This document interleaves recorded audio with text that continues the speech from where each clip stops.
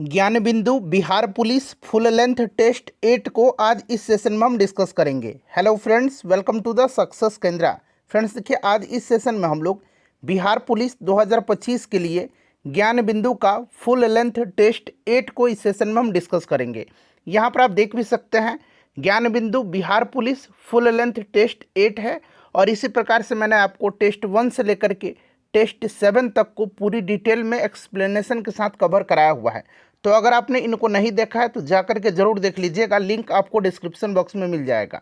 Friends, अगर आप channel पर पहली बार विजिट कर रहे हैं और इन बचे हुए कम दिनों में बिहार पुलिस 19,838 पोस्ट की बेहतरीन तरीके से तैयारी करना चाहते हैं तो चैनल को सब्सक्राइब कर लीजिए और जो बगल में बेल आइकन है, घंटी का निशान है, उसको ज़रूर दबा लीजिएगा ताकि जब भी बिहार पुलिस 2025 से रिलेटेड कोई भी इम्पोर्टेंट वीडियो अपलोड किया जाए तो उसका नोटिफिकेशन सबसे पहले आपके पास पहुंच जाए। तो चलिए फ्रेंड्स, बिना देरी किए हुए सेशन आज के स्टार्ट करते हैं। एक बार सभी लोग प्लीज़ पहले सेशन को लाइक कर दीजिए और जब इसको कंप्लीट देख लीजिएगा, पूरा देख लीजिएगा, तो इसे कम से कम किसी भी एक ग्रुप में, चाहे वह टेलीग्राम ग्रुप हो, चाहे वह फेसबुक ग्रुप हो या फिर व्हाट्सएप ग्रुप हो, वहाँ पर ज़रूर शेयर कर दीजिएगा। तो चलिए शुरू करते हैं अब हम लोग आज का सेशन। तो फ्रेंड्स ध्यान दीजिए, जैसे मैंने आपको बताया है कि आज इस सेशन में हम लोग Gyan Bindu Bihar police full length test number 8 को इस सेशन में हम डिस्कस करेंगे और इसी प्रकार से हमने ज्ञान बिंदु का बिहार पुलिस 2025 के लिए फुल लेंथ टेस्ट 1 से लेकर के 7 तक को पूरी डिटेल में एक्सप्लेनेशन के साथ कवर कराया हुआ है। अगर आपने नहीं देखा है तो जाकर के देख लीजिएगा, लिंक डिस्क्रिप्शन बॉक्स में आपको मिल जाएगा। चलिए सेशन स्टार्ट करते हैं। थोड़ा सा मैं जूम कर दे रहा हूं ताकि प्रश्न आपको और स्पष्ट रूप से दिखाई दे। चलिए आज के सेशन का पहला प्रश्न पढ़ेंगे। फ्रेंड्स प्लीज़ एक बार सभी लोग पहले सेशन को लाइक कर दीजिए। आज के सेशन का पहला प्रश्न पढ़ेंगे। देखिए, मिलान करने वाला है। सूची 1 को सूची 2 से सुमेलित कीजिए और सूचियों के नीचे दिए गए कूट से सही उत्तर का चयन करिए। यहाँ से कूट में से आपको सही उत्तर को चुनना है। देखिए, सूची 1 में विद्रोह दिया गया है और दूसरी तरफ सूची 2 में वर्ष दिया गया है। एक एक करके इसको मिलाइए। अगर आप आंसर जानते हैं तो आंसर कमेंट करते चलिएगा, इससे आपका रिवीजन होगा और जो भी मैं आपको एक्सप्लेन करके एक्स्ट्रा फैक्ट्स बताऊंगा उससे भी आप ध्यानपूर्वक जरूर सुनिएगा। इस तरह से क्या होगा कि एक प्रश्न के साथ साथ आपके 2 से 3 प्रश्न जो हैं कवर होते चलेंगे। अब यहाँ पर ध्यान दीजिएगा फ्रेंड्स, चलिए एक एक करके मिलाते हैं। देखिए, अहोम विद्रोह जो है ना, ये 1828 में हुआ था। कहाँ पर? तो फ्रेंड्स ये असम में हुआ था। ध्यान रखिएगा, कहाँ पर हुआ था? असम में हुआ था। किसके नेतृत्व में हुआ था? तो ये गोमधर कुंवर के नेतृत्व में हुआ था। किसके नेतृत्व में हुआ था? तो ये गोमधर कुंवर के नेतृत्व में हुआ था। ठीक है ना, ध्यान रखिएगा। अच्छा, कोल विद्रोह जो है ये कब हुआ था? तो कोल विद्रोह जो है ना, ये आपका 1831-32 में हुआ था। 1831-32 में किसके नेतृत्व में? तो बुधो भगत के नेतृत्व में। ठीक है। अच्छा, संथाल विद्रोह हुआ था 1855-56 में। किसके नेतृत्व में? तो ये हुआ था सिद्धू, कान्हू, चांद और भैरव, ये 4 भाई थे, बट मोस्टली आपको सिद्धू और कान्हू का ही नाम पूछा जाता है। तो याद रखिएगा, सिद्धू, कान्हू, चांद और भैरव के नेतृत्व में संथाल विद्रोह हुआ था। मोपला विद्रोह हुआ था आपका 1921 में। ठीक है ना, मालाबार क्षेत्र में हुआ था, केरल में हुआ था 1921 में। और किसके नेतृत्व में? तो अली मुसलियार के नेतृत्व में। किसके नेतृत्व में? तो याद रखिएगा, अली मुसलियार के नेतृत्व में हुआ था। अली मुसलियार के नेतृत्व में। ठीक है ना। अब चलिए एक एक करके मिला लेते हैं इसको। देखिए, ए का हो जाएगा आपका 2। ठीक है ना। उसके बाद देखिए, बी का हो जाएगा आपका 4, सी का हो जाएगा आपका 1 और डी का आपका हो जाएगा 3। ठीक है ना। तो 2 4 1 3, 2 4 1 3, 2 4 1 3 जो कि ऑप्शन ए में है। ठीक है। चलिए, और देखिए इसको एक एग्ज़ाम के तौर पर लगाइए। ऐसा समझिए कि आप एग्जामिनेशन हॉल में बैठे हुए हैं और बिहार पुलिस 2025 की परीक्षा दे रहे हैं और सेशन के एंड में आप सभी लोग ईमानदारी पूर्वक अपना अपना स्कोर जो है ज़रूर कमेंट करके बताइएगा। चलिए, दूसरा प्रश्न कि प्रसिद्ध बारदोली किसान आंदोलन का नेतृत्व किसने किया था? प्रसिद्ध बारदोली किसान आंदोलन का नेतृत्व किसने किया था? अच्छा, बारदोली किसान आंदोलन जो है ना, ये हुआ था कब? बारदोली सत्याग्रह जिसको आप लोग बोलते हैं, ये 1928 में हुआ था। याद रखिएगा, कब हुआ था बारदोली सत्याग्रह? 1928 में हुआ था। और देखिए फ्रेंड्स, ध्यान दीजिएगा, इस आंदोलन का नेतृत्व सरदार वल्लभ भाई पटेल ने किया था और उनकी कुशल रणनीति और किसानों के बीच लोकप्रिय समर्थन के कारण यह आंदोलन सफल भी रहा था। इस आंदोलन की सफलता के बाद सरदार वल्लभ भाई पटेल को, यानी कि पहले वल्लभ भाई पटेल थे, इनको सरदार की उपाधि दिया गया था। तो पूछा जाता है कि सरदार की उपाधि दिया गया था, तो आपको याद रखना है ये चीज़। तो राइट आंसर हो जाएगा option number C, Sardar Vallabh भाई पटेल। अच्छा, ये हो गया आपका बारदोली सत्याग्रह, ठीक है ना। अगर आपसे पूछा जाए कि खेड़ा सत्याग्रह कब हुआ था, तो खेड़ा सत्याग्रह भी आपको याद रखना 1918 में। अच्छा, आपसे पूछा जाएगा कि चंपारण सत्याग्रह कब हुआ था, चंपारण सत्याग्रह 1917 में हुआ था। तो ये सब आपको याद रखना है, ठीक है। चलिए, उसके बाद देखिएगा फिर से यहाँ पर मिलान करना है। एक तरफ देखिएगा सूची 1 में युद्ध दिया गया, दूसरी तरफ जो है वे मतलब किस प्रकार से उनके परिणाम रहे थे वो दिया गया है। चलिए, अब यहाँ पर आप देख सकते हैं, थोड़ा सा मैं और जूम कर देता हूँ। चलिए देखिए, प्रथम कर्नाटक युद्ध, प्रथम कर्नाटक युद्ध जो हुआ था ना, ये आपका किसके तहत समाप्त हुआ था, तो ये एक्स-ला सापल की संधि के तहत समाप्त हुआ था, ठीक है। अच्छा, दूसरा कर्नाटक युद्ध, दूसरा कर्नाटक युद्ध जो हुआ था ना, इसमें आपको याद रखना है दूसरा कर्नाटक युद्ध फ्रेंड्स, ये आपका पांडिचेरी की संधि के तहत समाप्त हुआ था, ये अनिर्णायक रहा था। तीसरा कर्नाटक युद्ध जो है ना, तीसरा, ये आपके पेरिस की संधि के तहत अंत हुआ था इसका। और जो प्रथम मैसूर युद्ध था, इसमें टीपू सुल्तान ने अंग्रेजों को हराया, सॉरी हैदर अली ने अंग्रेजों को हराया था, आपको याद होगा। तो यहाँ पर देखिए ब्रिटिश की हार, हैदर अली इसमें जीता था। तो इसको आप मिला सकते हैं 4-2-1-3। और ये पहले भी इसी फुल लेंथ ज्ञान बिंदु का बिहार पुलिस के टेस्ट में था, ठीक है ना। तो 4-2-1-3 यहाँ पर आप देख सकते हैं ऑप्शन सी में, ये ऑलरेडी प्रश्न हो चुका है, किसी न किसी सेट में था। देखिए, निम्नलिखित में से देखिए किसे स्वर्ग से उत्पन्न सेनानायक कहा गया है, स्वर्ग से उत्पन्न। फ्रेंड्स देखिए, मैंने जो है 1 से लेकर के सेट 7 तक, यानी कि जो फुल लेंथ जो आपका टेस्ट है ज्ञान बिंदु का बिहार पुलिस का, 1 से लेकर 7 तक में जितने भी करंट अफेयर्स के प्रश्न थे उनको मैंने एक जगह आपको करा दिया, ताकि सहूलियत हो आपको पढ़ने में। और मैं प्रयास करूंगा कि इसी प्रकार से और भी सब्जेक्ट को मैं करवा दूं। सेशन कैसा लगा है, अगर आपने देखा है तो कमेंट करके बताइएगा, ठीक है ना। चलिए देखिएगा, किसे स्वर्ग से उत्पन्न सेनानायक कहा गया है, तो फ्रेंड्स देखिए ये कहा गया है किसको, तो आपको ध्यान रखना है, ये कहा गया है रॉबर्ट क्लाइव को, रॉबर्ट क्लाइव को कहा गया है। अच्छा, आपको याद होगा कि रॉबर्ट क्लाइव ने 1765 ईस्वी में, रॉबर्ट क्लाइव ने 1765 ईस्वी में जो है बंगाल में इसने द्वैध शासन की शुरुआत किया था।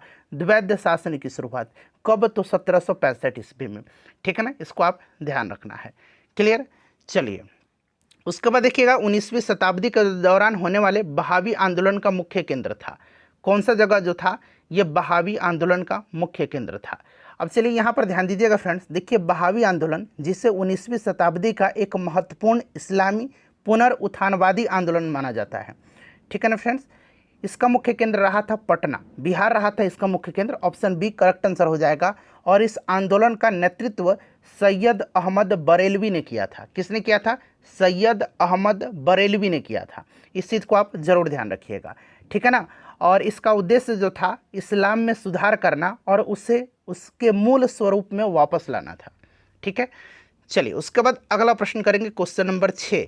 देखिएगा कि रामकृष्ण मिशन की स्थापना 1897 ईस्वी में किसने किया था, बड़ा इंपॉर्टेंट क्वेश्चन है।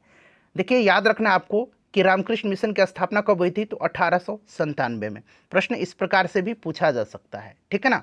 और देखिए 1897 में इसका स्थापना विवेकानंद जी ने किया था, क्लियर है। और एक और पॉइंट याद रखिएगा, 1887 में जो है विवेकानंद जी ने ही बेलूर मठ की भी स्थापना किया था। अगर आपसे पूछा जाए कि बेलूर मठ की स्थापना किसने किया था, तो स्वामी विवेकानंद जी ने, कब, तो 1887 में। और रामकृष्ण मिशन की स्थापना 1897 में किया था। चलिए, उसके बाद देखिएगा सूची दिया गया है, फिर से मिलान करना, एक तरफ संगठन है और दूसरी तरफ संस्थापक का नाम दिया गया है। अब थोड़ा सा यहाँ पर आपको सुधार करने की आवश्यकता है। यहाँ पर देखिए एक तरफ संगठन है, बट यहाँ पर आप देख सकते हैं स्वामी विवेकानंद का नाम दे दिया गया है। तो देखिए नाम इधर है संस्थापक का नाम। अब क्या कीजिए, आप यहाँ पर ला दीजिए प्रार्थना समाज को, ए में आप क्या लीजिए, प्रार्थना समाज को आप ए में ला दीजिए, ठीक है। और स्वामी विवेकानंद जी को आप यहाँ पर ला दीजिए, ठीक है ना। विवेकानंद में शॉर्ट में लिख दे रहा हूँ। अब चलिए, अब मिलान करिए।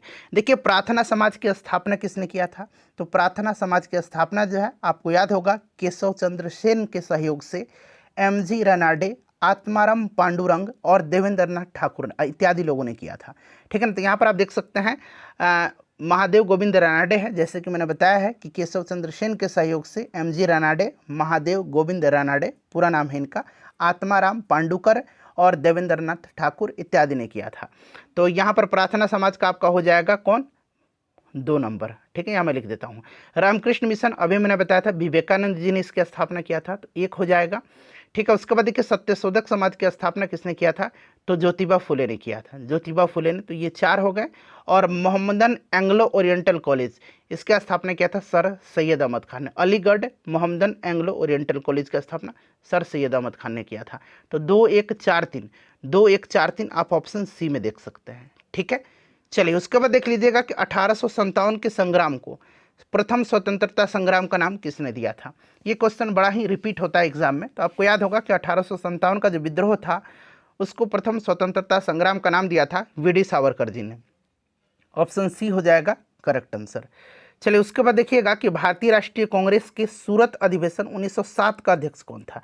फ्रेंड्स सेशन के लास्ट में आप सभी लोग अपना अपना स्कोर जरूर बताइएगा, और ज़्यादा से ज़्यादा अब आप पढ़ाई करिए, समय बहुत ही कम बचा हुआ है। ठीक है ना। चलिए देखिएगा 1907 में जो है आपको याद रखना है भारतीय राष्ट्रीय कांग्रेस का अधिवेशन कहाँ हुआ था, ये भी पूछा जा सकता है। 1907 वाला महत्वपूर्ण है क्योंकि इसी अधिवेशन में जो है कांग्रेस का पहली बार विभाजन हुआ था। ठीक है ना। इसको सूरत फूट के नाम से भी जाना जाता है, और 1907 में ये सूरत में हुआ था। और इसकी अध्यक्षता जो है किसने किया था, तो रास बिहारी घोष ने किया था। तो यहाँ पर देख सकते हैं आरबी घोष दिया गया है, रास बिहारी घोष। ठीक है ना, आपको याद रखना है। चलिए उसके बाद देखिएगा कि निम्न में से किस आंदोलन में महात्मा गांधी ने पहली बार भूख हड़ताल का प्रयोग हथियार के रूप में किया था। बड़ा ही इंपॉर्टेंट क्वेश्चन है, भूख हड़ताल का प्रयोग जो है हथियार के रूप में किया था। तो देखिए महात्मा गांधी जी ने पहली बार भूख हड़ताल का प्रयोग 1918 में अहमदाबाद मिल हड़ताल में किया था। अहमदाबाद मिल हड़ताल, तो ऑप्शन सी राइट आंसर हो जाएगा। कब की घटना है, तो ये 1918 की घटना है, ध्यान रखना आपको। ठीक है ना। 1918 में अहमदाबाद में मिल मालिकों और मजदूरों के बीच विवाद हुआ था, जिसमें मजदूर 35% बोनस की मांग कर रहे थे। गांधी जी ने मजदूरों का साथ दिया, एकजुटता दिखाते हुए भूख हड़ताल की, जिससे मिल मालिक 35% बोनस देने के लिए सहमत हो गए। ये गांधी जी द्वारा किया गया पहला भूख हड़ताल था, जिसका उपयोग उन्होंने किसी भी आंदोलन में हथियार के रूप में पहली बार किया था। ठीक है, देखिएगा निम्नलिखित घटनाएं किस कालानुक्रम में घटित हुई हैं, ये क्रम से आपको बताना है। तो यहाँ पर देखिएगा एक एक करके देखते हैं। चौरा चौरी की घटना कब हुई थी, तो ये 1922 की है, फरवरी 1922 की घटना। मैं सीधे सन लिख दे रहा हूँ। ठीक है। अच्छा, जालियांवाला बाग हत्याकांड, तो जालियांवाला बाग हत्याकांड 1919 में हुआ था। यहाँ पर डेट लिखना इसलिए इंपॉर्टेंट है क्योंकि यह 13 अप्रैल के दिन हुआ था। मैं आपको बता देता हूँ, वैसे तो आपको याद रखना ही रखना है 13 अप्रैल 1919 को, बट देखिए रॉलेट सत्याग्रह भी 1919 की घटना है। रॉलेट सत्याग्रह जो है ये आपका कब आया था, तो ये भी 1919 में ही आया था, इसीलिए यहाँ पर आपका ये 6 अप्रैल 1919 को आया था। ठीक है ना, 6 अप्रैल के दिन, और ये 13 अप्रैल के दिन। चंपारण सत्याग्रह 1917 की घटना है। ठीक है, अब आपको याद हो जाएगा ना। ठीक है, बताइए रॉलेट सत्याग्रह 6 अप्रैल 1919 को, और 19 मार्च 1919 को रॉलेट एक्ट लागू हुआ था। इस चीज़ को आप याद रखिएगा। रॉलेट एक्ट कब लागू हुआ था, तो 19 मार्च 1919 को, और इसी के विरोध में जो है गांधी जी ने संपूर्ण देश में देशव्यापी हड़ताल किया था 6 अप्रैल 1919 को। इसी को रॉलेट सत्याग्रह कहा जाता है। ठीक है, अब एक एक करके मिले। तो सबसे पहले आपका हो जाएगा 6 अप्रैल 1900 नहीं, यहाँ पर देखो 1917, यानी कि चौथा। ठीक है ना, यहाँ पर एक ही दिया गया चौथा में, आप देख सकते हैं। उसके बाद देखिएगा तीसरा हो जाएगा 6 अप्रैल 1919, उसके बाद दूसरा हो जाएगा 13 अप्रैल 1919, उसके बाद 1922। तो ऑप्शन सी बिल्कुल करेक्ट है। चलिए प्रसिद्ध देखिए 10 राजाओं का युद्ध किस नदी के तट पर लड़ा गया था। इसको जो है 10 राजाओं के युद्ध को दसराग युद्ध भी कहा जाता है। यहाँ मैं लिखता हूँ, इसको जो है दसराग युद्ध भी कहा जाता है। अंग्रेजी में इसको बोला जाता है battle of 10 Kings. Battle of, यहाँ मैं लिखता हूँ battle of BATTLE, battle of, ठीक है ना, 10 किंग्स। अंग्रेजी में इसको इस नाम से जाना जाता है। दसराग युद्ध भी कहा जाता है, या फिर 10 राजाओं का युद्ध भी इसको कहा जाता है। ठीक है ना। और देखिए ये लड़ा गया था राजा सुदास, ठीक है ना, और 10 राजाओं के बीच में। अलग 10 राजा थे और एक तरफ सुदास थे। यह युद्ध जो है रावी नदी के तट पर, पुरुषनी नदी के तट पर लड़ा गया था। ठीक है ना, रावी नदी या पुरुषनी नदी दोनों याद रखिएगा। ठीक है ना। और इस युद्ध में राजा सुदास जो थे इनकी विजय हुई थी। ठीक है ना। अच्छा, दसराग युद्ध पूछा जाता है कि दसराग युद्ध का वर्णन जो है किस वेद में है। दसराग युद्ध का वर्णन जो है ये आपका ऋग्वेद में है। ठीक है ना, याद रखिएगा किस वेद में है, तो ऋग्वेद में है दसराग युद्ध का वर्णन। चलिए फ्रेंड्स, पूरी डिटेल में मैं आपको बता रहा हूँ जितना आवश्यकता है। भागवत धर्म का ज्ञात सर्वप्रथम अभिलेख साक्ष्य है। यहाँ पर शब्द देखिएगा, अभिलेख लगा हुआ है वर्ड। ठीक है ना, तो इस पर फोकस करना है आपको। भागवत धर्म का ज्ञात सर्वप्रथम अभिलेखीय साक्ष्य जो है ये हेलियोडोरस, मैं यहाँ लिखने का प्रयास करता हूँ, हेलियोडोरस, ठीक है ना। एक बार मैं और रिपीट कर रहा हूँ सेंटेंस को। भागवत धर्म का ज्ञात सर्वप्रथम अभिलेखीय साक्ष्य हेलियोडोरस का बेसनगर अभिलेख है। हेलियोडोरस का बेसनगर अभिलेख, ऑप्शन नंबर यहाँ पर सी राइट आंसर हो जाएगा, जो कि कहाँ पर है, तो ये मध्य प्रदेश के विदिशा में है, ठीक है ना। कहाँ पर है, मध्य प्रदेश के विदिशा में है, ठीक है। चलिए, और इसमें जो है हेलियोडोरस द्वारा भागवत धर्म ग्रहण करने और वासुदेव की पूजा करने का उल्लेख है, ठीक है ना। चलिए, उसके बाद देखिएगा कि सिंधु घाटी के लोग विश्वास करते थे। देखिए, सिंधु घाटी के लोग पूजा करते थे, ये भी पूछा जाता है। तो पूजा करते थे ये किसकी, तो पशुपति की। सिंधु घाटी के लोग किसकी उपासना करते थे, तो उपासना करते थे पशुपति की। पूछा जाता है और पूछा भी गया है कि सिंधु घाटी के लोग किसकी उपासना करते थे, तो पशुपति की। सिंधु घाटी के लोग विश्वास करते थे तो मातृशक्ति में, ठीक है ना, ध्यान रखिएगा, मातृशक्ति में। चलिए, उसके बाद देखिए मिलान करना है। एक तरफ जैन तीर्थंकरों का नाम दिया गया, दूसरी तरफ उनका जो चिन्ह है, प्रतिमा लक्षण, एक तरह से इनका चिन्ह कह सकते हैं, ठीक है ना, वो दिया गया, और मिलान करके आपको सही उत्तर यहाँ पर बताना है, ठीक है ना। चलिए, तो एक एक करके हम लोग मिलाते हैं। देखिए, आदिनाथ, आदिनाथ जो है ना, नाम आपको देखिए, आदिनाथ, इनको ऋषभदेव भी कहा जाता है। अब देखिए, ऋषभदेव जैसे ही मैंने नाम लिया, आप सभी को पता चल गया कि ऋषभदेव जैन धर्म के संस्थापक और ये पहले तीर्थंकर थे। इनका प्रतीक चिन्ह जो था ये वृषभ यानी कि सांड था, ठीक है ना। तो ये आपका वृषभ हो गया। अच्छा, मल्लीनाथ, मल्लीनाथ जो थे ना, ये जैन धर्म के 19वें तीर्थंकर थे। इनका प्रतीक चिन्ह जो था ये कलश था। तो यहाँ पर आप देख सकते हैं जल कलश, ठीक है ना। तो देखिए 1 4 मैं यहाँ लिखते चल रहा हूँ, ठीक है। आप ऐसे भी देख सकते हैं 1 4 यहाँ इसी ऑप्शन में है, ठीक है ना। अच्छा, पार्श्वनाथ जो थे ये जैन धर्म के 23वें तीर्थंकर थे, ठीक है ना। इसका प्रतीक चिन्ह जो था ये सर्प था। तो यहाँ पर देख सकते हैं 3 है, ठीक है ना, सर्प है। और संभवनाथ जो थे ना, ये जैन धर्म के 3रे तीर्थंकर थे। इनका प्रतीक चिन्ह जो था ये घोड़ा था। तो आप यहाँ पर देख सकते हैं अश्व दिया गया है, ठीक है ना। अच्छा, जैन धर्म के 24वें तीर्थंकर कौन थे, 1 मिनट, कौन सा आंसर होगा इसका, एक के बाद क्या हो जाएगा, मल्लीनाथ का हो जाएगा। आपका क्या हो जाएगा मल्लीनाथ का प्रतीक चिन्ह, तो मैंने बताया था जल कलश है। तो 1 4 1 4 ये वाला ऑप्शन, ठीक है ना। चलिए, जैन धर्म के जो आपके 24वें तीर्थंकर है वर्धमान महावीर हैं, और उनका जो प्रतिमा लक्षण है वो सिंह है। ये भी आप ध्यान रखिएगा, ठीक है।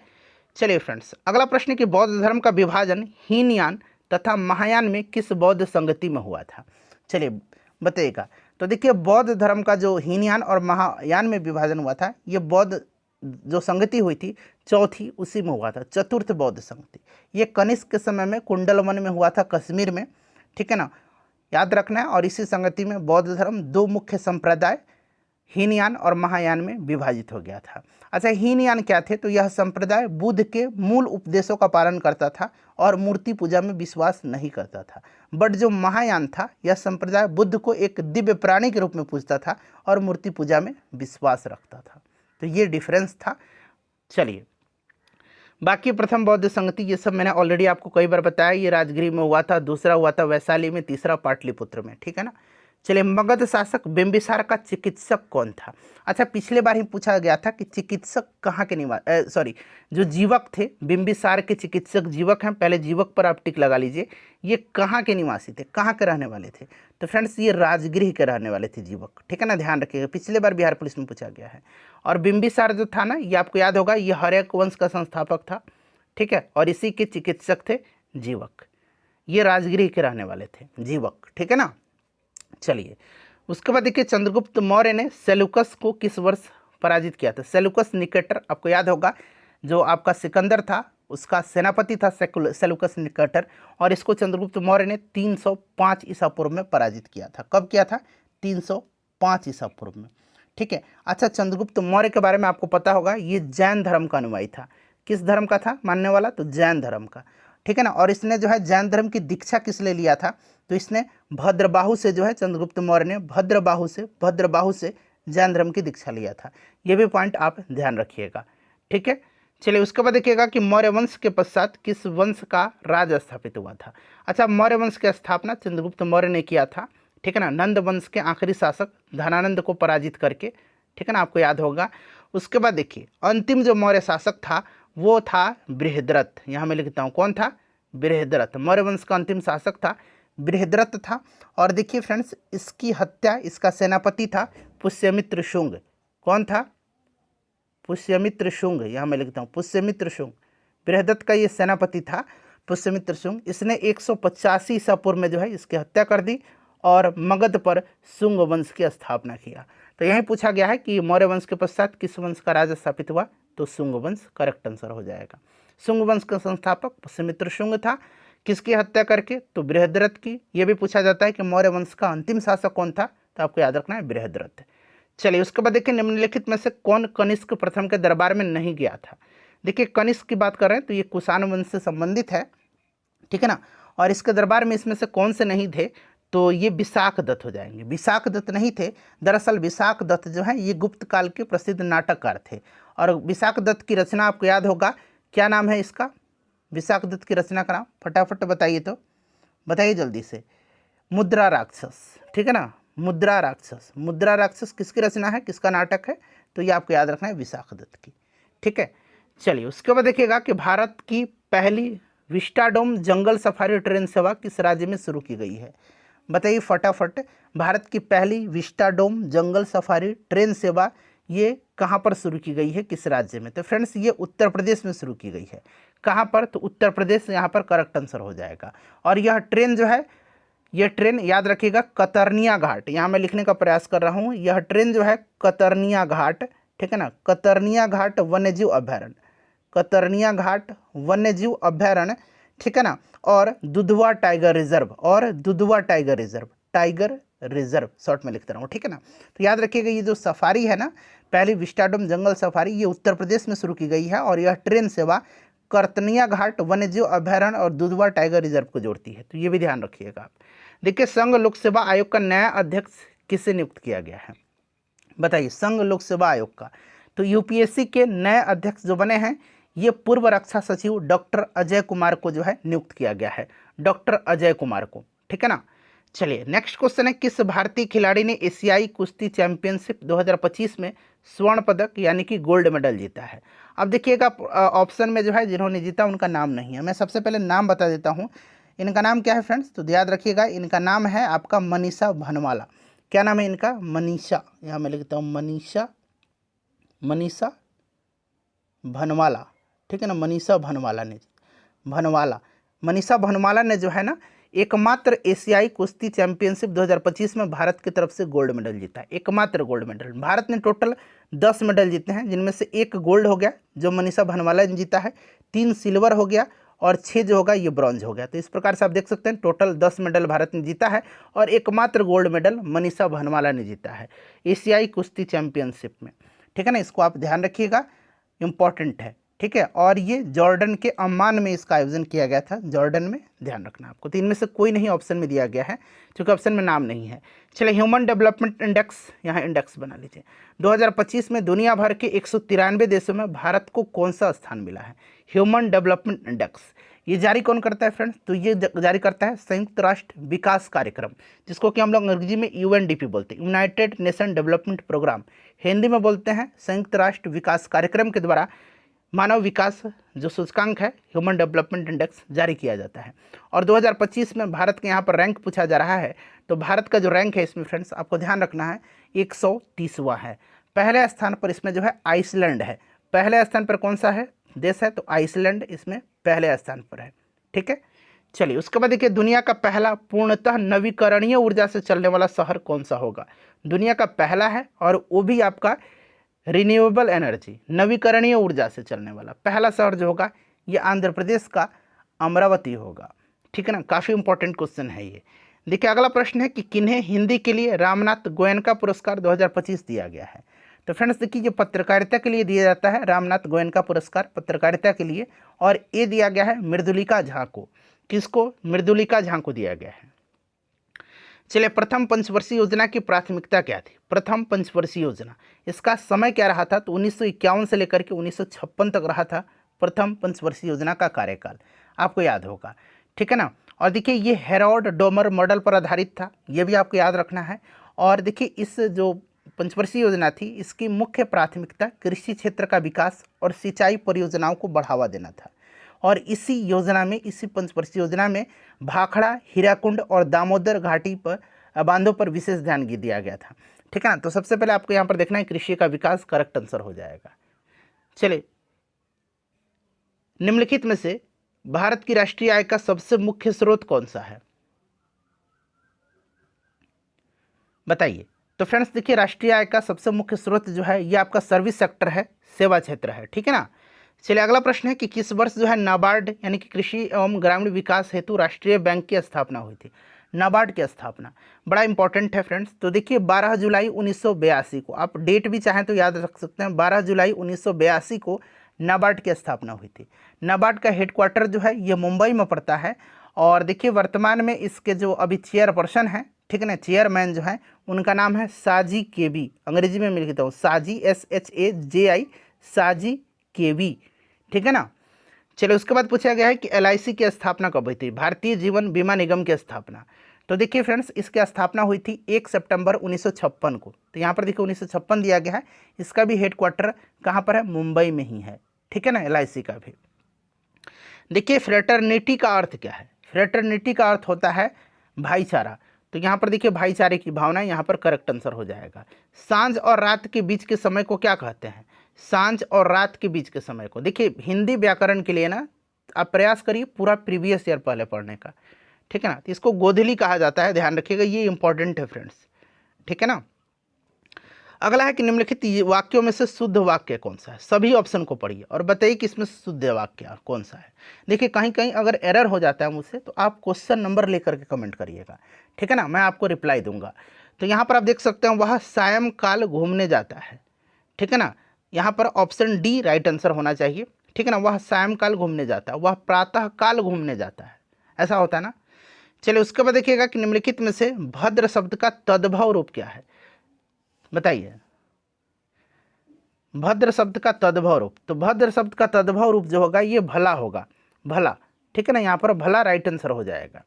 अगला प्रश्न कि भारत WHO का सदस्य देश कब बना था। अर्थात WHO यानी कि वर्ल्ड हेल्थ ऑर्गेनाइजेशन, विश्व स्वास्थ्य संगठन, इसकी स्थापना 7 अप्रैल 1948 को हुई थी। इसलिए 7 अप्रैल के दिन प्रत्येक वर्ष विश्व स्वास्थ्य दिवस मनाया जाता है। और भारत जो है WHO का सदस्य बना था कब, तो 12 जनवरी 1948 को। ऑप्शन ए यहाँ पर करेक्ट आंसर हो जाएगा। चलिए, रॉकेट का कार्य प्रणाली का सिद्धांत आधारित है, यानी कि रॉकेट किस सिद्धांत पर आधारित है। तो देखिए रॉकेट जो है ये न्यूटन की गति का तीसरा नियम, न्यूटन का जो थर्ड लॉ है, और एक तो हो गया न्यूटन की गति के तीसरे नियम के अनुसार, और संवेग संरक्षण के सिद्धांत पर, ये दोनों याद रखिएगा। तो ऑप्शन में देखिए संवेग के संरक्षण पर, और गति का प्रथम नियम पर नहीं है, गति का तीसरा नियम है, न्यूटन की गति के तीसरे नियम के अनुसार और संवेग संरक्षण के सिद्धांत पर ये आधारित है, कार्य करता है। निम्नलिखित में से कौन अनुवांशिकी के जनक के रूप में जाने जाते हैं। देखिए अनुवांशिकी का जनक जो है ये किसको कहा जाता है, तो फिर ग्रेगर जॉन मेंडल को कहा जाता है, Gregor John Mendel, Gregor John Mendel को। ठीक है ना, याद रखिएगा। और इन्होंने जो है मटर के पौधे पर प्रयोग किया था, याद रखना, मटर के पौधे पर, ये भी पूछा जा सकता है। चलिए, ग्रंथि जो शरीर का तापमान बनाए रखती है वह कौन सी ग्रंथि है। तो देखिए शरीर का तापमान बनाए रखने वाली जो ग्रंथि है उसका नाम क्या है, उसका नाम है हाइपोथैलेमस। और यह मस्तिष्क का एक हिस्सा होता है जो शरीर के तापमान, भूख, प्यास, नींद और जो हार्मोन है कुछ उसके स्राव जैसे कई कार्यों को नियंत्रित करता है। तो ये आपका हाइपोथैलेमस हो जाएगा। ठीक है ना। अच्छा, पिट्यूटरी ग्रंथ, इसको पीयूष ग्रंथि कहा जाता है, इसको मास्टर ग्रंथि भी कहा जाता है, वृद्धि हार्मोन यहीं से स्रावित होता है। ठीक है ना। थायराइड ग्रंथि से कौन सा, थायरॉक्सिन हार्मोन स्रावित होता है। ठीक है ना, इसको आप ध्यान रखिएगा। ठीक है। और एड्रिनल जो होता है यहीं से जो है आपको इसी ग्रंथि से ग्रंथि को उड़ो और लड़ो हार्मोन यहीं से स्रावित होता है। ठीक है। चलिए, उसके बाद देखिएगा निम्नलिखित धातु में से कौन सी एक अमेलगम नहीं बनाती है। अमेलगम नहीं, देखिए शब्द पढ़िएगा, नहीं बनाती है। इसमें से अमेलगम कौन सा नहीं बनाएगा। ऑप्शन देख लीजिएगा, जस्ता, तांबा, मैग्नीशियम और लोहा। तो इसमें से देखिए अमेलगम लोहा नहीं बनाता है, लोहा राइट आंसर होगा, इसको आप ध्यान रखिएगा। चलिए, उसके बाद देख लीजिएगा, फिर से मिलान करना है, इस बार मिलान करने वाला ज़्यादा दिया गया है। देखिए यहाँ पर एक तरफ सूची 1 है, दूसरी तरफ सूची 2 है, और यहाँ पर सही आंसर आपको चुन करके बताने हैं। ठीक है। तो देखिए भंजन आपका हो जाएगा पेट्रोलियम, प्रगलन हो जाएगा आपका तांबा, 2 और 3 हो गया, हाइड्रोजनीकरण हो गया आपका किसका, तो आपका हो जाएगा हाइड्रोजीकरण खाद्य वसा का और वल्नीकरण वल्केनाइजेशन रबर का। तो यानी कि 2 3 4 और 1, 2 3 4 1 यहाँ पर आप देख रहे हैं, ठीक है ना। चलिए प्लास्टर ऑफ पेरिस का फॉर्मूला पूछा गया है, प्लास्टर ऑफ पेरिस का सूत्र बताइए। प्लास्टर ऑफ पेरिस का सूत्र क्या होता है? तो इसका सूत्र होता है CaSO4 इंटू हाफ H2O, आधा जल होता है हाफ H2O, देख सकते हैं, इसीलिए इसको कैल्शियम सल्फेट हेमीहाइड्रेट कहा जाता है। अगर इसका रासायनिक नाम पूछेगा तो याद रखिएगा कैल्शियम सल्फेट हेमीहाइड्रेट, हेमीहाइड्रेट ये बड़ा इंपॉर्टेंट है, ठीक है ना, इसको कहा जाता है कैल्शियम सल्फेट हेमीहाइड्रेट, ठीक है फ्रेंड्स, याद रखिएगा। अच्छा जिप्सम अगर पूछा जाए तो जिप्सम का होता है CaSO4 इंटू 2H2O। देखिए जब जिप्सम को 373 केल्विन यानी कि 100 डिग्री सेंटीग्रेड पर गर्म किया जाता है तब ये बनता है plaster of Paris. Plaster of Paris का उपयोग टूटी हुई हड्डियों को जोड़ने में, प्लास्टर करने में, मूर्ति बनाने में, इन सब में किया जाता है, ठीक है ना। चलिए देखिएगा, ठोस कपूर से कपूर वाष्प बनने की प्रक्रिया को क्या कहते हैं? ठोस से बिना द्रव्य में आए सीधे वाष्प बन गया, इसको ऊर्ध्वपातन बोलते हैं, सब्लिमेशन। चलिए उसके तरफ एक तरफ देखिएगा, फिर से मिलान करना है, ईंधन है और दूसरी तरफ उसका प्रमुख घटक है, ये मिलान करके आपको राइट आंसर बताना है। तो CNG का प्रमुख घटक क्या होता है? CNG का प्रमुख घटक जो होता है ये मीथेन होता है, आपको पता है मीथेन होता है। और CNG का फुल फॉर्म याद रखना आपको, संपीड़ित प्राकृतिक गैस, अंग्रेजी में इसको कंप्रेस्ड नेचुरल गैस बोला जाता है। तो यहाँ पर देखिए मीथेन और एथेन हो जाएगा, यानी कि 3 हो गया। LPG लिक्विफाइड पेट्रोलियम गैस, इसमें ब्यूटेन और प्रोपेन हो गया, ठीक है। कोल गैस में आपका हो जाएगा हाइड्रोजन, मेथेन, कार्बन मोनोऑक्साइड, तो ये आपका 4 हो गया। और जल गैस वाटर गैस में हो गया कार्बन मोनोऑक्साइड और हाइड्रोजन, तो ये 1 हो गया। 3 2 4 1, 3 2 4 1 ऑप्शन आप C में देख सकते हैं। चलिए ब्लीचिंग पाउडर में कौन सा रासायनिक यौगिक होता है? ब्लीचिंग पाउडर में कौन सा रासायनिक यौगिक होता है? तो देखिए ब्लीचिंग पाउडर में मुख्य रासायनिक यौगिक कैल्शियम ऑक्सीक्लोराइड होता है। कौन? कैल्शियम ऑक्सीक्लोराइड, इसी को ब्लीचिंग पाउडर बोला जाता है, कैल्शियम ऑक्सीक्लोराइड, ठीक है ना। तो यहाँ पर देखिए कैल्शियम ऑक्सीक्लोराइड। चलिए उसके बाद देखिएगा, फिर से मिलान करना है। पक्षियों का अध्ययन क्या कहलाता है? तो पक्षियों का अध्ययन ऑर्निथोलॉजी कहलाता है। वंशागति का अध्ययन जेनेटिक्स कहलाता है। पर्यावरण का अध्ययन जो है ये क्या कहलाता है? तो इकोलॉजी कहलाता है। और जीवाश्म का अध्ययन जो है जीवाश्म विज्ञान, तो पैलियो बायोलॉजी यहाँ पर दिया गया है, ठीक है ना। तो इसको आप मिलाइए एक एक करके, पक्षी का ऑर्निथोलॉजी 3, वंशागति का जेनेटिक्स 4, पर्यावरण का इकोलॉजी 2 और जीवाश्म का पैलियोबायोलॉजी यहाँ पर दिया गया है 3 4 2 1, 3 4 2 1 ऑप्शन बी में। चलिए अगला प्रश्न कर लेंगे। अब नेक्स्ट क्वेश्चन क्या पूछा जा रहा है कि निम्नलिखित में से कौन मछली नहीं है? देखिए इसमें से मछली नहीं पूछा गया है, जहाँ नहीं रहता है ना प्रश्न में वहाँ पर मैं अंडरलाइन कर देता हूँ ताकि आपको ध्यान रहे। तो इसमें से आप देख सकते हैं फ्रेंड्स, स्टार फिश जो है ना ये मछली नहीं है, स्टार फिश इसमें से मछली नहीं है। स्टार फिश जो है ये इकाइनोडर्मेटा संघ के अंतर्गत आता है, ठीक है ना, ये मीन वर्ग के अंतर्गत नहीं आता है, ये इकाइनोडर्मेटा, इकाइनोडर्म है ये स्टार फिश। चलिए टमाटर में लाल रंग का कारण क्या है? तो देखिए टमाटर में लाल रंग, अच्छा ये पूछा जाता है गाजर में कौन सा पाया जाता है क्लोरो, जो आपका रंग होता है जो वर्णक है, तो गाजर में पाया जाता है कैरोटीन, गाजर में पाया जाता है कैरोटीन, ठीक है ना। अच्छा चुकंदर में विटामिन पाया जाता है, विटामिन। और यहाँ पूछा जा रहा है टमाटर में, तो टमाटर का रंग लाल होता है लाइकोपिन के कारण, ठीक है। चलिए मानव शरीर में सर्वाधिक प्रचुरता में पाए जाने वाला तत्व, मानव शरीर में, हमारे शरीर में सर्वाधिक प्रचुरता से पाए जाने वाला तत्व, तो ये आपको पता है कि ये आपका ऑक्सीजन होता है, ठीक है ना। अच्छा नेक्स्ट क्वेश्चन है, ये प्रश्न इंपॉर्टेंट है, ठीक है ना।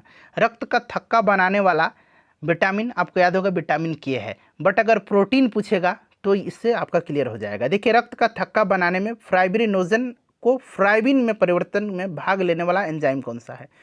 तो ये एंजाइम आपका कौन सा है? तो रक्त का थक्का बनाने में थ्रोम्बिन नामक एंजाइम फ्राइबिनोजन को फ्राइबिन में परिवर्तित करता है, ठीक है ना। फ्राइबिनोजिन को फ्राइबिन में परिवर्तित करता है थ्रोम्बिन, और थ्रोम्बिन एक प्रोटीन है, इसको अब ध्यान रखना आपको, ठीक है ना। थ्रोम्बिन क्या है? एक प्रोटीन है। तो कौन सा प्रोटीन रक्त के थक्का बनाने में है? तो थ्रोम्बिन। और विटामिन पूछेगा तो विटामिन के, क्लियर। चलिए वृक्क यानी कि किडनी पूछा है, अंग्रेजी में किडनी, किडनी के प्रति मिनट औसत रक्त प्रवाह होता है, बताइए। तो फ्रेंड्स ये 1200 सीसी, इसको आप कंठस्थ याद रख लीजिएगा, ठीक है। चलिए, अच्छा, वृक्क की जो कार्यात्मक यूनिट है, इकाई है, किडनी की यूनिट, उसको नेफ्रॉन बोलते हैं, ये भी आप याद रखिएगा, नेफ्रॉन। ठीक है ना फ्रेंड्स, ये पूछा जाता है प्रश्न। चलिए, प्रकाश संश्लेषण में कौन सा प्रकाश सबसे अधिक प्रभावकारी होता है? सबसे अधिक प्रभावकारी, तो प्रकाश संश्लेषण में, फोटोसिंथेसिस में सबसे ज़्यादा प्रभावकारी जो प्रकाश होता है वो लाल रंग का होता है। अच्छा, प्रश्न पूछा भी जाता है कि प्रकाश के किस रंग में प्रकाश संश्लेषण अधिकतम होता है? तो प्रकाश के किस रंग में प्रकाश संश्लेषण अधिकतम होगा? तो लाल रंग में। ये भी आप साथ साथ ध्यान रखिएगा। चलिए, मिलान करना है। एक तरफ जो है आप देख सकते हैं विटामिन टाइप का दिया गया, दूसरी तरफ बीमारी दिया गया उनसे संबंधित। विटामिन सी की कमी से स्कर्वी होता है। फॉलिक अम्ल, यहाँ अम्ल बना लीजिएगा, फॉलिक एसिड जो है, एसिड ही लिख लीजिए। फॉलिक एसिड की कमी से क्या होता है? तो ये आपका होता है एनीमिया, जिसको कि रक्त अल्पता बोलते हैं। तो यहाँ पर देखिए रक्त अल्पता। 3, विटामिन ए की कमी से होगा आपका रतौंधी, रतौंधी 1, और विटामिन B1 की कमी से बेरी, तो 2। 4, 3, 1, 2, कोई दिक्कत नहीं है ना, 4, 3, 1, 2, ऑप्शन ए राइट आंसर हो जाएगा। चलिए देखिएगा, थायराइड ग्रंथि की खराबी किसकी कमी के कारण होती है? थायराइड ग्रंथि की खराबी, तो देखिए थायराइड ग्रंथि की खराबी जो होता है ना, मुख्य रूप से ये किसकी कमी के कारण होता है? तो मुख्य रूप से आयोडीन की कमी के कारण होता है। ठीक है ना, इसको ध्यान रखिएगा। थायराइड हार्मोन बनाने के लिए थायराइड ग्रंथि को आयोडीन की आवश्यकता होती है।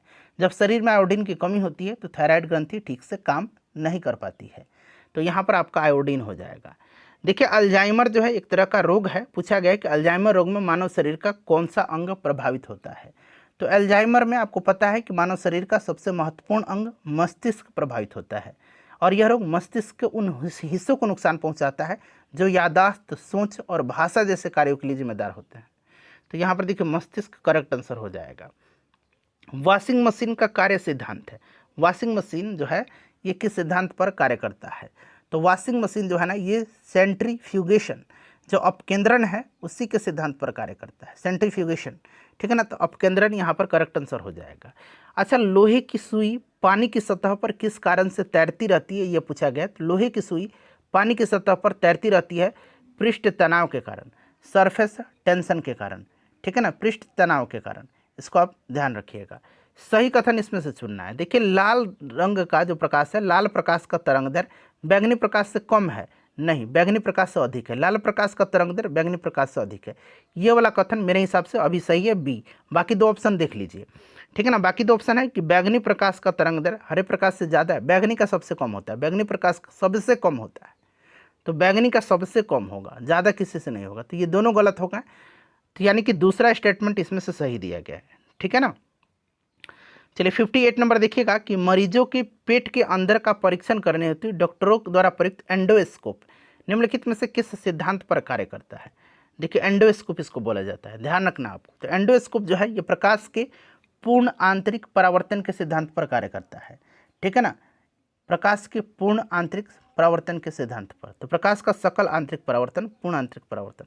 अच्छा, जब बर्फ पिघलती है तब द्रव, बताइए इसका क्या होता है? तो जब बर्फ पिघलती है तो वह पानी में बदल जाता है, और बर्फ का घनत्व पानी के घनत्व से कम होता है, इसीलिए आयतन कम हो जाएगा, आयतन घटता है।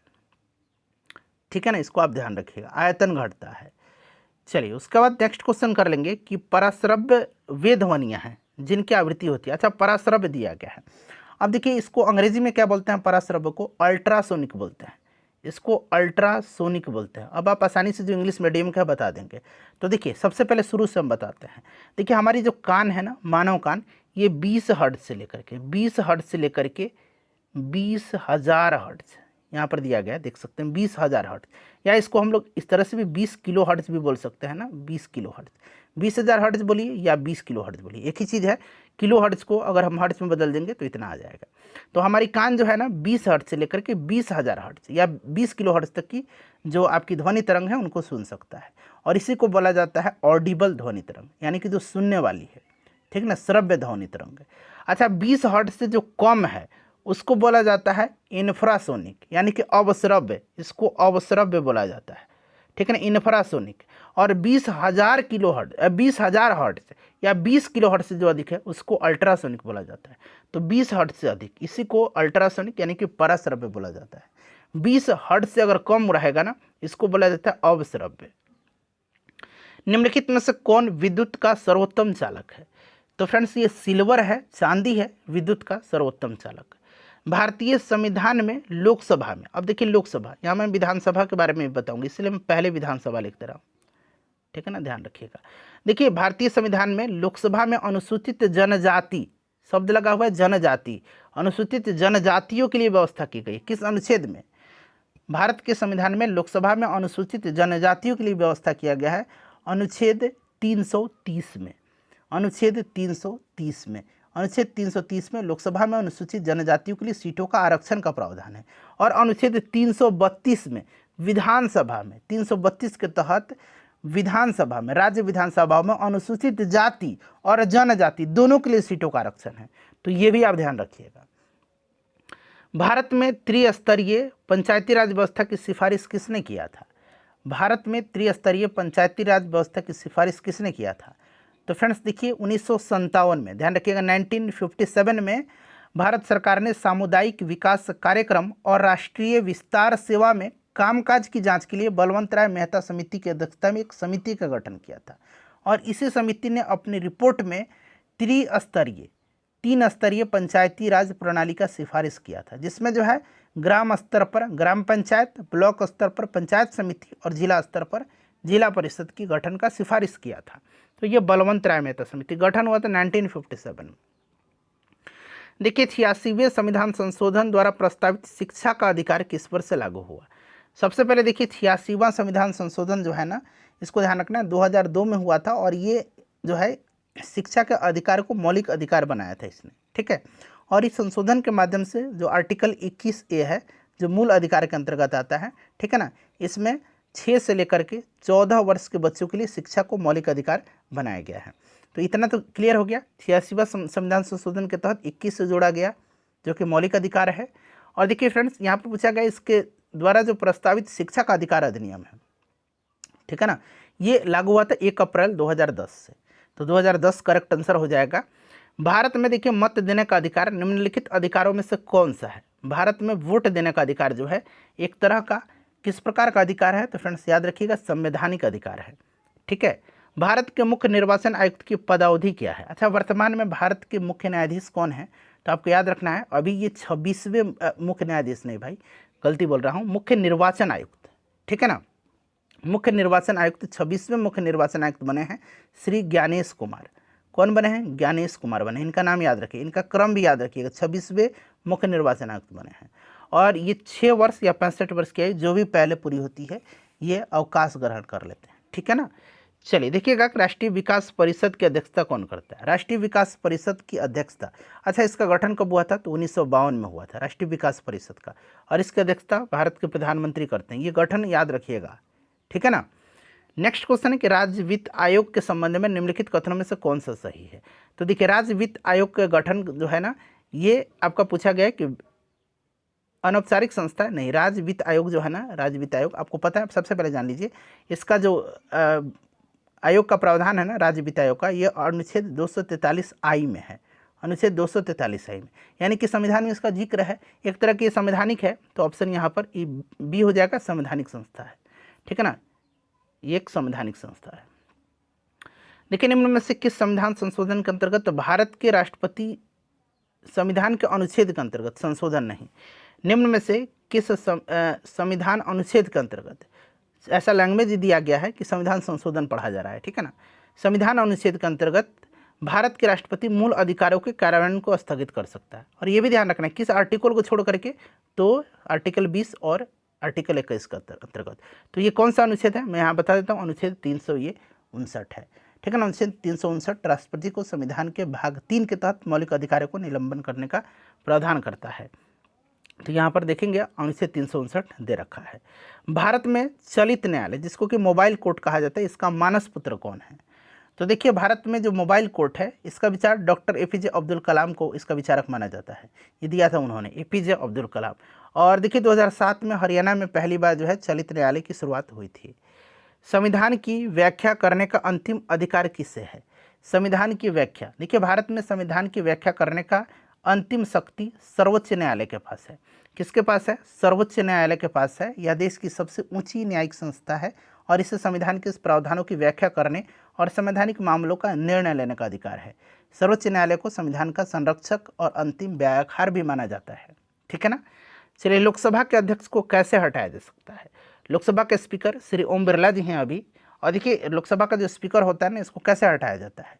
तो फ्रेंड्स देखिए, ये आपका आर्टिकल 94 याद रखिएगा, अनुच्छेद 94। ठीक है ना। देखिए, लोकसभा के अध्यक्ष को हटाने के लिए लोकसभा में उपस्थित सदस्यों के प्रभावी बहुमत से प्रस्ताव पारित करना होता है। और ध्यान रखिएगा, यह प्रक्रिया संविधान के अनुच्छेद 94 में है। ठीक है ना। तो यहाँ पर देखिए, लोकसभा के सभी सदस्यों के बहुमत से पारित संकल्प के द्वारा। चलिए, उसके बाद देखिएगा कि निम्नलिखित युग्मों में से कौन सा सही सुमेलित नहीं है? नहीं पूछेगा। भारत के वनों के दुर्व्यापार और बलात्श्रम का प्रतिषेध अनुच्छेद 23 में है। अल्पसंख्यक वर्गों के हितों का संरक्षण 29 में है। संवैधानिक उपचारों का अधिकार अनुच्छेद 32 में है। शिक्षण संस्थाओं में शिक्षा संस्थाओं की स्थापना और प्रशासन करने का अल्पसंख्यक वर्गों का अधिकार अनुच्छेद ये 30 में है। तो 31 दिया गया, गलत दिया गया है। यह पूछा है कौन सा सुमेलित नहीं? Option D.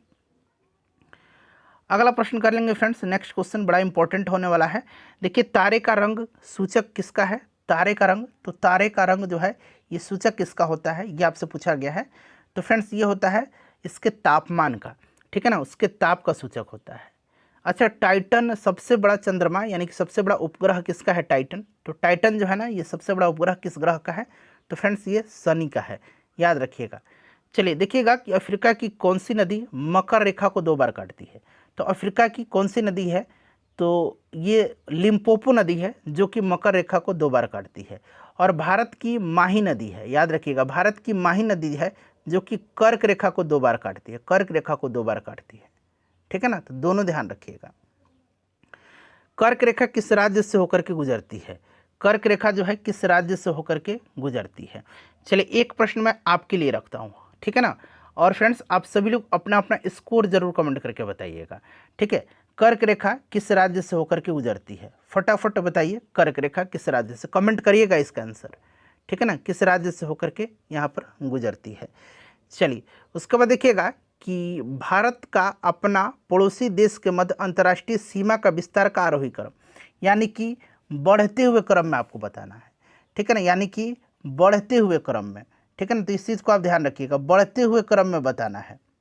चलिए, तो पहले तो आप जानते हैं ना कि सबसे ज़्यादा बांग्लादेश के साथ करता है और सबसे कम किसके साथ? अफगानिस्तान के साथ। ठीक है ना, तो यहाँ पर हम लोग मिलान करेंगे।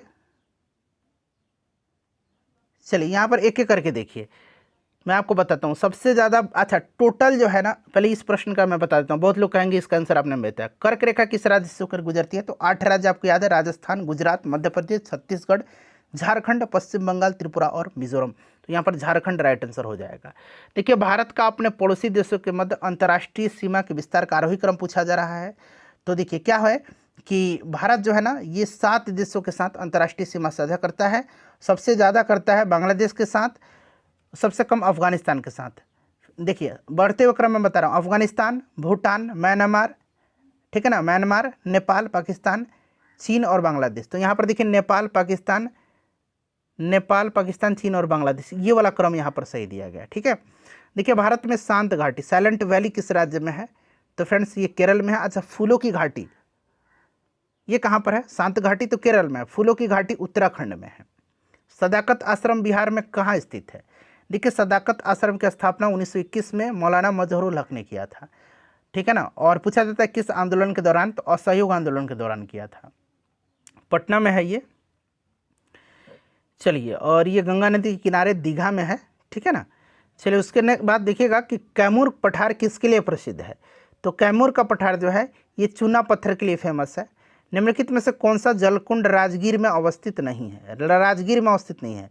तो इसमें से देखिए नानक, सूर्य कुंड, मखदूम कुंड, ये राजगीर में है, लक्ष्मण कुंड नहीं है। उसके बाद देखिए बिहार सोशलिस्ट पार्टी कब गठित हुई थी? अब देखिए बिहार सोशलिस्ट पार्टी यानी कि बिहार समाजवादी पार्टी, और एक है Bihar Congress socialist party. Bihar Congress socialist party 1934 में गठन हुआ था और बिहार सोशलिस्ट पार्टी का 1931 में हुआ था। दोनों तरीके से याद रखना आपको। ठीक है। चलिए, खनिज दिया गया है और उनसे संबंधित यहाँ पर प्राप्ति स्थान दिया गया, मिलान का। अब देखिए थोड़ा सा यहाँ पर अबरक जो होगा ना, ये गया हो जाएगा। अच्छा, इसमें से देखिए स्वर्ण आपने पढ़ा हुआ है कि स्वर्ण जो है जमुई में पाया जाता है सबसे ज़्यादा। ठीक है। अच्छा, डोलोमाइट तो क्लियर है कि रोहतास में पाया जाता है, तो इसमें से देखिएगा चौथा जो है ना ये बिल्कुल क्लियर है। और आप देख सकते हैं सी में चौथा दिया गया है मात्र इस वाले विकल्प में।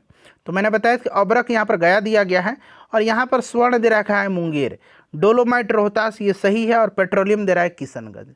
तो अगर ऑप्शन के हिसाब से हम बात करेंगे तो इसके हिसाब से सी सही होना चाहिए, ठीक है ना।